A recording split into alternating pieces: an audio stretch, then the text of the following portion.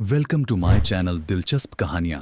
More updates के लिए हमारे चैनल को सब्सक्राइब करें और नोटिफिकेशन आइकन प्रेस कर दें। तो चलिए कहानी शुरू करते हैं। कल एक मर्तबा जब होश में आया तो उसने कहा कि तुम सादिक के पास फैसलाबाद गए हुए हो। मैंने कल रात एक बंदे को फैसलाबाद भेज दिया था। अच्छा हुआ तुम आ गए। बोली आज रात 9 बजे पैगाम मिला था। शारिक ने जवाब दिया। वो मजीद कुछ कहना चाहता था कि वो आदमी चाय लेकर आ गया। शारिक उसे देखकर खामोश हो गया। जा तू बरांडे में जाकर सो जा, यहाँ शारिक बाबू थोड़ी देर आराम करेगा, थका हुआ आया है। गामे ने उससे चाय लेते हुए कहा, जहाँ की सूरत-ए-हाल क्या है? शारिक ने उस आदमी के जाने के बाद पूछा। उसने गामे के हाथ से चाय का एक कप ले लिया था। यहाँ तो बड़ी गड़बड़ है। दामे ने चाय की चुस्की लेते हुए कहा, लाहौर की सारी ड्रग माफिया बरादरी को पता चल गया कि चांगा करीबल मर गया। अभी से साजिशें शुरू हो गई हैं। कैसी साजिशें? शारिक ने उजी निगाहों से उसकी तरफ देखा। वारकीर पर कब्जा करने की साजिश। गामे ने जवाब दिया, शेरे पहलवान को तो तुमने इस बिजनेस से आउट ही किया था। उसका सबसे ज्यादा फायदा छांगे ने उठाया था। छांगा इस वक्त लाहौर की सबसे बड़ी पार्टी है। लोगों को इसकी मौत का यकीन हो चुका है। वारकीर पर कब्जा करने की साजिशें शुरू हो गई हैं। माजा गुज्जर सबसे ज्यादा सरगर्म है। वो अभी से छोटे बे व्यापारियों को अपने साथ मिलाने की कोशिश कर रहा है। मगर माजा गुज्जर तो छांगे का बहुत गहरा दोस्त है, शारिक ने कहा। और इस कारोबार में कोई दोस्ती कोई रिश्ता बिश्ता नहीं होता शारिक बाबू, गामे ने कहा। सब एक दूसरे की ताक में रहते हैं। छांगे जी आंखें बंद होते ही देखना कि यहाँ होता क्या है। क्या पुलिस को अभी तक छांगे और जीरे के बारे में पता नहीं चल सका? शारिक ने पूछा। सब को पता है, लेकिन ऐसे मौके पर पुलिस खामोशी रहती है। छांगा के मरने के बाद पुलिस तुमसे मामला तय करने की कोशिश करेगी, गामे ने कहा। वो जिसे? शारिक ने हैरत से उसकी तरफ देखा। हाँ तुमसे, गामा बोला। पहले लोगों का ख्याल था कि छांगे के बाद जीरा उसका जानशीन होगा, लेकिन जब से तुम आए हो लोग समझने लगे हैं कि छांगा की गद्दी तुम भी संभालोगे, क्योंकि हर दिन तुम्हें छांगा के साथ देखा जा रहा है। और अब छांगा के हाथों जीरे के कत्ल के बाद तो लोगों को यकीन हो गया है। और सुना है कि कुछ लोग तुम्हें तलाश भी कर रहे हैं ताकि तुमसे कोई बातचीत की जा सके। क्या छांगा ने कभी तुमसे इस किस्म की कोई बात की है? शारिक ने पूछा। आज शाम को उसने मेरी और नियामत की मौजूदगी में कहा था कि उसके बाद हम लोग शारिक की बात माना करेंगे, गामे ने बताया। शारिक दिली दिल में मुस्कुरा दिया। वो जितना जानता था कि ड्रग माफिया में जितने भी बड़े बेवपारी थे उन्हें डान की हैसियत हासिल थी। ये लोग पढ़े लिखे नहीं थे, ड्रग के साइंटिफिक असूलों से वाकिफ नहीं थे, लेकिन उन्होंने मुंशियात और असल की खरीदो फरोख्त के अपने तरीके अपना रखे थे जिनमें वो कामयाब भी थे। तुम थोड़ी देर आराम कर लो शारिक बाबू, गामे ने कुर्सी से उठते हुए कहा। मैं छांगा वाले कमरे में जाकर बैठता हूँ। आदल को होश में आ गया तो मैं तुम्हें जगा दूंगा। ठीक है, मैं वाकई बड़ी थकन महसूस कर रहा हूँ, शारिक बोला। दामा के जाने के बाद शारिक चारपाई पर लेट गया। वो कुछ देर तक छांगा और मौजूदा सूरत-ए-हाल के बारे में सोचता रहा। फिर नींद से उसकी आंखें भी बंद होने लगी।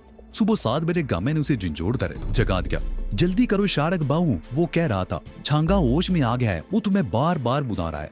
शारिक चारपाई से उतरकर नंगे पैर चलता हुआ गामे के साथ छांगा वाले कमरे में आ गया। छांगा चारपाई पर बेइज्जो हरकत पड़ा था। शारिक को देखकर उसके होंठों पर हल्की सी मुस्कुराहट आ गई। शारिक कुर्सी घसीट कर उसके करीब बैठ गया। कैसे हो? शारिक ने उसके हाथ पकड़ते हुए कहा। ये सब कुछ कैसे हो गया? यही बताने के लिए तुम्हें बुलाया है, छांगे ने कमजोर सी आवाज में कहा। फिर गामे और दूसरे आदमी से बाहर जाने को कहा। उनके जाने के बाद शारिक ने उठकर दरवाजा बंद कर दिया और दोबारा कुर्सी पर आकर बैठ गया। छांगा चंद उसकी तरफ देखता रहा, फिर कमजोर सी आवाज में कहने लगा, मेरे खिलाफ में इस साजिश में मांझे गुज्जर का हाथ है। मांझा गुज्जर? शारिक ने हैरत से उसकी तरफ देखा। वो तो तुम मुझे नहीं जानते। छांगे ने उसकी बात काट दी। जीरा मुझे नाराज था क्योंकि मैं उसकी जगह तुम्हें अहमियत देने लगा था। मांझे गुज्जर किसी ऐसी मौके की ताक में था। उसने जीरे के कान भरना शुरू कर दिए और बिलाकर जीरे को तोड़ने में कामयाब हो ही गया। जीरे ने पहले 20 किलो हेरोइन गायब की, फिर डीएसपी के कत्ल के हवाले से मुझे ब्लैकमेल करने की कोशिश की। उसने मुझे कत्ल करना चाहा मगर खुद मर गया। मैं भी थोड़ी देर का मेहमान हूँ। अच्छा हुआ तुम आ गए, मेरे बाद अब तुम्ही को यह सब कुछ संभालना है। मैंने गामा वगैरह से कह दिया है, ये लोग काबिल एतमाद आदमी हैं, लेकिन इन पर अंधा एतमाद भी नहीं किया जा सकता। माचा गुज्जर जैसे लोगों से होशियार रहना। ये यार मार किस्म के लोग हैं। लाहौर की ड्रग मार्केट पर कब्जा करने के लिए ये लोग तुम्हारे खिलाफ भी बड़े अजीबो गरीब खतकंडे इस्तेमाल करेंगे, लेकिन तुम पढ़े लिखे हो, ज़हीन हो, और मुझे यकीन है कि तुम इन लोगों से निमट लोगे। तबीला आबाद रहना चाहिए बस। फिक्र मत करो छांगे, शारिक ने उसका हाथ अपने दोनों हाथों में पकड़कर सहलाते हुए कहा। तुम ठीक हो जाओगे। जिस शख्स के पेपड़ में गोली अटकी हुई हो और ऑपरेशन भी ना हो सके, वो जिंदा कैसे रह सकता है? छांगे ने कहा और चंद लोगों खामोश होने के बाद बोला, बाजार के तय फंदे का रास्ता तुम्हें मालूम है, सब कुछ वहीं पर है। असला, हिरवन और रकम भी। पिशावर की एक पार्टी से तुम वाकिफ हो चुके हो, उससे राब्ता रखना, वो तुम्हें माल सप्लाई करता रहेगा। तुमने छांगा का जानशीन बनकर ये साबित करना है कि किसी से कमजोर नहीं हो तुम। थोड़ी देर बाद गामा वगैरह को भी अंदर बुला लिया गया। छांगे ने उनसे वादा लिया कि वो शारिक बाऊ के एहकामात की तामील करेंगे। उसी दोपहर छांगा मर गया और शाम को उसे खामोशी से दफन कर दिया गया। उसके जनाजे में सिर्फ चंद आदमी शरीक थे, जिनमें मादा गुजर भी शामिल था। छांगा की तदफीन के दूसरे दिन सरगर्मियां शुरू हो गई। उस सिलसिले में मादा गुजर ने सबसे पहले शारिक से मुलाकात की थी। शारिक बाऊ वो उसे कह रहा था, छांगा अब नहीं रहा, कारोबार अब तुम्हारे हाथ में है और मैं तुम्हारे पास एक तजवीज लेकर आया हूँ। अभी तो छांगे की कब्र की मट्टी भी नहीं सूखी होगी, बेहतर होगा कि 2-4 दिन इंतजार तो कर लिया जाए, कम अज कम स्वयं तक। शारिक ने कहा, भाई इस बिजनेस में मरने वाले को फौरन ही बुला दिया जाता है, सोएम, दसवां, चैलम, ये सब शुराफा की रस्में हैं। हम जैसे लोगों को कौन याद रखता है? हमारे लिए तो कहा जाता है कि मर गए, ना दरूद ना फातिहा, मर गया मरदूद। वैसे ठीक है, तुम छांगा का स्वयं कर लो, उसके बाद बात होगी। वैसे एक बात याद रखना, मैं सबसे पहले तुम्हारे पास आया था, मजे गुजर ने कहा। ठीक है, याद रखूंगा, शारिक ने जवाब दिया। उसी रात बुक्के ने भी शारिक से मुलाकात की थी। नाम तो उसका बरकत अली था, मगर वो बुक्का के नाम से मशहूर था। शायद राका पूरा इलाका उसके कंट्रोल में था। वो अपने इलाके का सबसे ताकतवर आदमी था। उसने आज तक किसी और के कदम वहाँ जमने नहीं दिए थे। हीरोइन के साथ असले का बिजनेस भी करता था। हीरोइन तो कभी कभार वो किसी और से भी ले लिया करता था, लेकिन असला वो हमेशा छांगा से खरीदा करता था। शारिक बाऊ, उसने कहा, तुम जानते हो कि मैं छांगा का सबसे पुराना ग्राहक हूँ। मैंने हमेशा छांगा का साथ दिया है, अपने इलाके में किसी और का माल कभी नहीं बिकने दिया। अब छांगा की गद्दी तुमने संभाल ली है, हमारा ख्याल रखना। मुझे पता चला है कि माजे गुज्जर किसी और को मेरे इलाके में उठाने की कोशिश कर रहा है। अगर किसी और को वहां कदम जमाने का मौका मिल गया तो वहां छांगे का कारोबार खत्म हो जाएगा। मैं 1-2 दिन बाद तुमसे बात करूंगा, शारिक ने कहा। बुक्के के बाद 1-2 और आदमियों ने भी शारिक से मुलाकात की थी। ये सब अपने इलाके के डॉन समझे जाते थे। उन लोगों से मुलाकातों के बाद शारिक को एहसास हुआ कि छांगा लाहौर की ड्रग माफिया की किस कदर अहम शख्सियत थी। सिर्फ लाहौर ही नहीं, बैरूनी इलाकों के लोग भी उसके हल्के में शामिल थे और उन सब ने शारिक को बिला एतराज छांगा का जानिशीन तस्लीम कर लिया था और हर शख्स ने अपने ताउन का यकीन दिलाया था। इन्हें शारिक फौरी तौर पर कोई फैसला नहीं करना चाहता था। वो मामलात को फिलहाल जूं का तूं रखना चाहता था। सूरत-ए-हाल का पूरी तरह जायजा लेने के बाद ही वो कोई फैसला करता। उन लोगों से मुलाकात से शारिक को अपनी अहमियत का एहसास भी हो गया था, इसलिए वो जल्दबाजी से काम लेकर कोई ऐसा फैसला नहीं करना चाहता था जो उसकी बिसात पलट दे। उन लोगों में कुछ ऐसे भी थे जो छांगा का नाम खत्म करना चाहते थे। माजा गुज्जर के बारे में छांगा मरने से पहले खुद ही उसे बता चुका था। वो दोस्ती की आड़ में उसकी जड़ें काटता रहा और उसका सबसे बड़ा दुश्मन साबित हुआ। उसने जीरे को उसके गिरोह से काटा था और शारिक के ख्याल में छांगे की मौत की जिम्मेदारी भी उसी पर थी। 3 दिन बाद शारिक ने अमली कदम उठाने का फैसला कर लिया। उस रात 2 बजे के लगभग खामोशी से बिदार बने तय खाने में वो दाखिल हुआ। वो तय खाने में मौजूद स्टॉक का जायजा लेना चाहता था। तकरीबन 1 घंटे तक तय खाने में रहा। उस तय खाने में तकरीबन 2.5 मन हीरोइन के अलावा बड़ी मिकदार में असला भी मौजूद था, जिसमें रिवाल्वर, पिस्तौल, कलाशनकोफ और दीगर ऑटोमेटिक राइफलें और हजारों की तादाद में मुख्तलिफ कैलिबर की गोलियां शामिल थी। उन चीजों के अलावा लाखों रुपए नकदी की सूरत में भी मौजूद थे। शारिक के ख्याल में इस तय खाने में करोड़ों का माल था और वो इसका वाहिद मालिक था। वो इंतकाम के जज्बे के तहत इस गिरोह में शामिल हुआ था। उसने शेर पहलवान के गिरोह का खात्मा कर दिया था। अब कोई शेर पहलवान का नाम भी नहीं जानता था और वो खुद भी इस दलदल में इतना आगे जा चुका था कि अब वापसी मुमकिन नहीं रही थी। कम अज कम 2 कदम उसके हिसाब में लिखे जा चुके थे। ये वो 2 आदमी थे जिन्हें उसने अपने हाथों से मौत के घाट उतारा था। जो लोग हीरोइन के इस्तेमाल से मफरूज हो रहे थे और एड़ियां रगड़ रगड़ कर मर रहे थे, वो इनके अलावा थे। एक मरतबा शारिक के ज़हन में ये बात भी आई थी कि वो ये सब कुछ तबाह कर दे, लेकिन फिर उसने इस ख्याल को ज़हन से निकाल दिया। इस तरह भी वो अपनी जान नहीं छुड़ा सकेगा। पुलिस उसे कभी चैन से नहीं बैठने देगी। वो जहां भी जाएगा वो लोग उसे ढूंढ ही निकालेंगे। छांगा भी गिरोह में 3-4 आदमी ऐसे थे जो ज्यादा करीब थे, लेकिन गामा एक ऐसा आदमी था जिस पर शारिक भरोसा कर सकता था। उसे एक नायब की जरूरत थी और शारिक के ख्याल में उससे बेहतर और कोई नहीं हो सकता था। गामा एक कमरे में सोया हुआ था। सुबह 4 बजे के करीब शारिक ने उसे जगाया। क्या बात है शारिक बाबू, खैर तो है ना? वो आंखें मलते हुए बोला, हाँ खैर है, तुमसे एक जरूरी बात करना चाहता हूँ। शारिक बोला, जरूरी बात? और वो भी इस वक्त? गामे ने इस तरह शारिक की तरफ देखा जैसे उसका दिमाग चल गया हो। वो रात के आखिरी पैर उसे जगाकर कोई जरूरी बात करना चाहता था। हाँ, ऐसी बातों के लिए ऐसा ही वक्त मुनासिब होता है, शारिक ने कहा और फिर चंद लम्हों की खामोशी के बाद बोला, उस रोज तुमने बताया था कि माजा गुज्जर मार्केट पर कब्जा करने के लिए कोई मजमूम साजिश कर रहा है। हाँ ये तो दुरुस्त है, गामे ने कहा। उसने कुछ लोगों से राब्ते भी शुरू कर दिए हैं। क्या मैं तुम पर एतमाद कर सकता हूँ गामे? शारिब ने उसके चेहरे पर नजरें जमा दी। कैसी बात कर रहे हो शारक बाबू? गामे ने कहा। तुम्हें छांगा ने अपना जानशीन बनाया है और उसकी हर बात मानना मेरा फर्ज है। तुम्हें ये जानकर हैरत होगी कि छांगा के कत्ल में माजे गुज्जर का हाथ है। शारक बोला। ये क्या कह रहे हो शारक बाबू? गामे ने उसे घूरा। ये दुरुस्त है, शारक ने कहा। मरने से पहले छांगे ने मुझे सब कुछ बता दिया था। माजे गुज्जर ने पहले जीरे को तोड़ा। उसका मंसूबा यह था कि जीरे को छांगा के खिलाफ उठाकर उनमें फूट डाल दे और मुमकिन हो तो छांगा को मरवाकर जीरे को इस गिरोह का सरबराह बना दे और फिर जीरे के जरिए छांगा के बिजनेस पर कब्जा जमा ले। लेकिन इस मंसूबे में वो कामयाब नहीं हो सका। छांगे के बाद जीरा भी मर गया। अब वो किसी और तरीके से अपने मंसूबे को अमली जामा पहनाने की कोशिश करेगा। वो मुझसे भी मिला था और ये पेशकश की थी कि हम उसके साथ मिलकर काम करें। दूसरे लफ्ज़ में ये कहना चाहता था कि वो हमें अपने नीचे लगाना चाहता है, लेकिन मैंने उसकी ये तजवीज़ मुस्तरद कर दी। छांगा के मुझ पर बड़े एहसानात हैं। अगर वो मेरी पुछपनाही ना करता तो आज मैं जेल में सड़ रहा होता। मैं छांगा की मौत को नहीं बुला सकता और मैं मादा गुज्जर को ऐसी सजा देना चाहता हूँ कि उसकी आने वाली नस्लें भी उसे बुला ना सके। फिक्र की कोई बात नहीं है शारक बाबू, गामे ने कहा। अगर तुम कहो तो कल ही उसका किस्सा तमाम कर दे। नहीं, इस तरह नहीं, शारक ने कहा। मैं उसे सिसका कर मारना चाहता हूँ। उसके लिए मैंने एक तरकीब सोच ली है। वो क्या? गामे ने सवालिया निगाहों से उसकी तरफ देखा। ग्वाल मंडी में हमारा एजेंट कौन है? शारिक ने पूछा। मौलवी हमीद, गामे ने जवाब दिया। लेकिन वो दबा हुआ है। बाजे गुज्जर का आदमी वहां छाया हुआ है। उसके सामने मौलवी हमीद की हैसियत बहुत कमजोर है। उसे उस इलाके में उठाओ।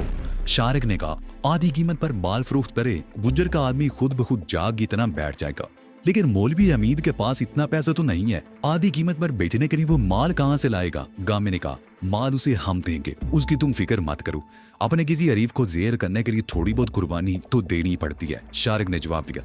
लेकिन हमारे पास माल कहाँ है शारिक बाबू? एक हफ्ते से तो हमारे गाहक वापस जा चुके हैं। हम मौलवी हमीद को कहां से देंगे? माल बहुत है, शारिक ने कहा। मेरे साथ आओ, मैं तुम पर एतमाद कर रहा हूँ और मुझे यकीन है कि तुम मेरे एतमाद को ठेस नहीं पहुंचाओगे। कैसी बात कर रहे हो शारिक बाबू? तुम्हारे लिए तो मेरी जान भी यादर है, गामा बोला। तो आओ मेरे साथ, शारिक कहते हुए उठ खड़ा हुआ। वो दोनों कमरे से बाहर आ गए। यहाँ तक कि गेट के करीब दो कोजवान अपने अपने तांगे तैयार कर रहे थे। शारिक गामा को लेकर बिदार में आ गए और दरवाजा अंदर से बंद कर दिया। शारिक ने बहुत सोच समझकर गामा को अपना राजदार बनाया था। उसे एक काबिल एतमाद आदमी की जरूरत थी और उसके लिए उसने गामे का इंतखाब कर लिया था। गामा उससे पहले भी कई मर्तबा इस मजार में आ चुका था, लेकिन उसे इस हकीकत का आज तक पता नहीं चल सका था कि यहाँ है क्या। वो यही समझता था कि यहाँ सिर्फ एक कब्र है और कुछ नहीं। लेकिन अब वो हैरत से शारिक की तरफ देख रहा था। वो अभी तक नहीं समझ सका था कि शारिक उसे मजार के अंदर क्यों लेकर आया था। लेकिन जब शारिक ने स्विच बोर्ड का एक बटन ऑन करने के बाद मखसूस मैकेनिज्म के जरिए कब्र का तावीज खोला तो उसकी हैरत दो चांद हो गई। और फिर जब शारिक उसे लेकर तय खाने में उतरा तो उसकी आंखें हैरत से फैलती ही चली गई। क्या तुम्हारे ख्याल में इस माल से हम ग्वाल मंडी के इलाके में माजे बुजुर्ग की मार्केट डाउन नहीं कर सकते? शारिक में हीरोइन और असले की पेटियों की तरफ इशारा किया। इस माल से ग्वाल मंडी तो क्या हम पूरे लाहौर में उसका बेड़ा गर्क कर सकते हैं, गामे ने जवाब दिया। तुम सुबह मौलवी हमीद को यहाँ बुला लो, उससे सारा प्रोग्राम तय कर लेते हैं, शारिक ने कहा और उसे लेकर कमरे से बाहर आ गया। और आज से अपना धंधा भी शुरू कर दो, किसी गाहक को वापस नहीं जाना चाहिए। ठीक है शारिक बाबू, गामे ने कहा। इस तय करने का राज छांगा और जीरे को मालूम था। तीसरा आदमी मैं हूँ और अब जो थे तुम हो, किसी और का इसका पता नहीं चलना चाहिए, शारिक ने कहा। फिक्र ही मत करो शारिक बाबू, गामे ने जवाब दिया। गम अपनी जान तो दे सकता है, कोई राज फाज नहीं करेगा। दिन की रोशनी फैलने लगी थी। वो दोनों तांगे वाले से तांगे लेकर जा चुके थे और अब एक कोचवान अपना तांगा तैयार कर रहा था। ओए शेरे, गामे ने उसे आवाज दी। जा देख, होटल खुल गया होगा, चाहे तो लेकर आ यार। अच्छा गामा जी, अभी लाता हूँ। कोचवान अपना काम छोड़कर बाहर चला गया। एक बात तो बताओ गामे, शारिक ने कहा। मैं चंद रोज फैसलाबाद रहा हूँ। मेरी अदम मौजूदगी में यहाँ कुछ वाकयात रूनुमा हुए हैं। सुना है डीएसपी का कातिल भी पकड़ा गया है। कौन है वो, जानते उसे? वो तो सारा ड्रामा है, गामे ने जवाब दिया। पहले तो पुलिस ने डीएसपी के कातिल की तलाश में बड़ी सरगर्मी दिखाई थी। बहुत पकड़ दक्कड़ भी हुई थी, लेकिन पुलिस असल आदमी का सुराग नहीं लगा सकी। हीरा मंडी का एक बंदा उनके हाथ आ गया। इत्तफाक से वो कई साल पहले भी उसी डीएसपी के हाथों जेल जा चुका था। उस वक्त ये डीएसपी इंस्पेक्टर हुआ करता था। उस शख्स ने पकड़े जाने के बाद ये एतराफ किया था कि जेल से रिहा होने के बाद वो डीएसपी पर कातिलाना हमला कर चुका था, लेकिन अपने मकसद में कामयाब नहीं हो सका था। उसके उस बयान के बाद पुलिस ने उसी पर कत्ल का इल्जाम भी लगा दिया। पुलिस ने तो अभी तक उसे अदालत में भी पेश नहीं किया, अभी तो उससे मजीद पूछताछ हो रही है। शारिक ने कोई जवाब नहीं दिया। यह सूरत कोई इत्मीनान बख्श नहीं थी, लेकिन बहरहाल उसके लिए परेशानी की बात भी कोई नहीं थी। वो इतना लापरवाह भी नहीं था कि धोखे में मार खा जाता। लाहौर में रहते हुए वो सूरत पर निगाह रख सकता था। तकरीबन आधे घंटे बाद वो कोजवान चाय लेकर आ गया। उसने चाय के बर्तन उनके सामने रख दिए। गामे उस्ताद, वो गामे की तरफ देखते हुए बोला, अपने धंधे का क्या होगा? सिर्फ कोजवानी पर तो गुजारा नहीं होता ना। अमर कुंजी शारिक बहू के पास है, गामे ने जवाब दिया। मैंने बात कर ली है, आज शाम को तुम लोगों को माल मिल जाएगा। खैर हो शारिक बहू की, कोजवान ने कहा। कई दिन से धंधा ही नहीं हो रहा, पुलिस वाले अलग तंग कर रहे हैं, उन्हें क्या पता कि हम किस स्यापे में पड़े हुए हैं। आज शाम को ले जाना, शारिक ने कहा। अभी तुम तांगा लेकर कहाँ जाओगे? गामे ने पूछा। स्टेशन जाऊंगा जी, कोजवान ने जवाब दिया। अपना फेरा दो उधर ही का होता है, स्टेशन से दरबार और दरबार से स्टेशन। ग्वाल मंडी से होते हुए चले जाओ, मौलवी अमीद को यहाँ भेज देना, कहना फौरन आ जाए, सारे काम छोड़कर। गामे ने कहा। अच्छा जी, मैं जाते हुए पैगाम दे दूंगा, कोजवान ने जवाब दिया। शारिक और गामा चाय पीने लगे। तवीले में अब आमदोरफ शुरू हो चुकी थी। कोजवान आते और अपने तांगे तैयार करके ले जाते। गामा थोड़ी देर बाद उठकर बाहर चला गया। आमतौर पर वो भी तांगा चलाया करता था, लेकिन छांगे के मरने के बाद उसने तांगा चलाना छोड़ दिया और ज्यादा वक्त शारिक के साथ ही रहता। इस वक्त सूरज निकल रहा था। शारिक उसके करीब खड़ा हैंडपंप से मुंह हाथ धो रहा था। उसने प्रोग्राम ये बनाया था कि मौलवी अमीन से मिलने के बाद घर जाएगा। फैसलाबाद से वापस आने के बाद भी वो घर नहीं गया था और ना ही उसने सोहेल की तरफ चक्कर लगाया था। छांगा की मौत के बाद वो कुछ इस कदर मसरूफ रहा था कि यहाँ से निकलने का मौका ही नहीं मिला था। तवीले में भी आज वो पहली रात ही सोया था। रात को वो मासी मेरा के मकान पर ही रहा करता था। मासी मेरा के बारे में गामा से उसे मालूम हुआ था कि वो छांगे की मुंह बोली बहम थी। 10-12 साल पहले बेरा ने उस पर कोई एहसान किया था। छांगा ने उसे अपनी बहन बना दिया था और जब तक जिंदा रहा उसे बहन ही की तरह समझा। बेरा बेवा हो चुकी थी। उसका सिर्फ एक बेटा था जो अहमदाबाद के स्कूल में जेर तालीम था और वहीं रहता था। वो सिर्फ छुट्टियों ही में आया करता था। महीने में एक मरतबा मेरा उसे मिलने के लिए चली जाया करती थी। ये मकान भी छांगे ही ने मेरा को खरीद कर दिया था और छांगा उस मकान को अपने खुफिया ठिकाने के तौर पर भी इस्तेमाल करता था। पहले तो उसका ये ठिकाना वाकई खुफिया था, जीरे के अलावा किसी को इसका इल्म नहीं था। लेकिन फिर रफ्ता रफ्ता उसके सारे आदमियों को उस मकान का पता चल गया था। उसके आदमी मेरा को एहतरामन मासी कहने लगे थे और वो मासी मेरा के नाम से मशहूर हो गई थी। छांगे ने यहाँ कभी अपना माल वगैरह नहीं रखा था, ना यहाँ कभी ऐसी कोई चीज लाया था जिसे गैर कानूनी कहा जा सकता हो। उसे अपने आदमियों को भी सख्ती से मना कर रखा था कि उसकी इजाजत के बगैर कभी मेरा के घर का रुख ना करे। वो इंतहाई इमरजेंसी की सूरत में उस घर में आकर पनाह लेता था और अब शारिक भी कई रोज से वहां था। लेकिन शारिक ने यह तो तय कर लिया था कि छांगे की तरह वो भी मासी मेरा का ख्याल रखेगा, उसे बाकायदगी से इखराजात अदा करता रहेगा। लेकिन उसने ये तय कर लिया था कि मासी मेरा के मकान को अपने अड्डे के तौर पर इस्तेमाल नहीं करेगा। शारिक अभी हौज के करीब ही खड़ा था कि गामा वहां आ गया। उसके चेहरे पर किसी कदर घबराहट के आसार थे। क्या बात है गामे, क्या हुआ? शारिक ने पूछा। वो सब इंस्पेक्टर आया है शारिक बाबू, तुमसे मिलना चाहता है, गामे ने कहा। Sub inspector? शारिक चौंक गया। उसके ज़हन में बैक वक्त कई सवालात उभरे थे, लेकिन बहरहाल उसे उस सब इंस्पेक्टर से मिलना तो था। वो अपने कमरे की तरफ आ गया। सब इंस्पेक्टर सादा लिबास में था और कमरे के सामने खड़ा था। बिस्मिल्लाह बिस्मिल्लाह, शारिक उसे हाथ मिलाते हुए बोला। कैसे आना का हुजूर? मुझे बुला रिया होता। आओ आओ अंदर आओ। ओए गामे, किसी को बेल कर होटल से चाय मंगवाओ। शारिक सब इंस्पेक्टर को लेकर कमरे में आ गया। वो दोनों दरी पर बैठ के कैसे आना हुआ? शारिक ने सवालिया निगाहों से उसकी तरफ देखा। बात ये छांगा से हमारा एक मामला तय था। सब इंस्पेक्टर ने कहा। तुम मेरी बात समझ रहे हो ना? महीने का 1 लाख रुपया ये कोई बड़ी रकम नहीं है। इसके एवज हम उसी खाल किस्म का तहफुज फराम करते थे। छांगा अब नहीं रहा। हमें बताया गया है कि ये अड्डा तुमने संभाल लिया है। तुम छांगा के जानशीन हो और मेरा ख्याल है तुम्हें भी छांगा के मुआहदों का ख्याल रखना होगा।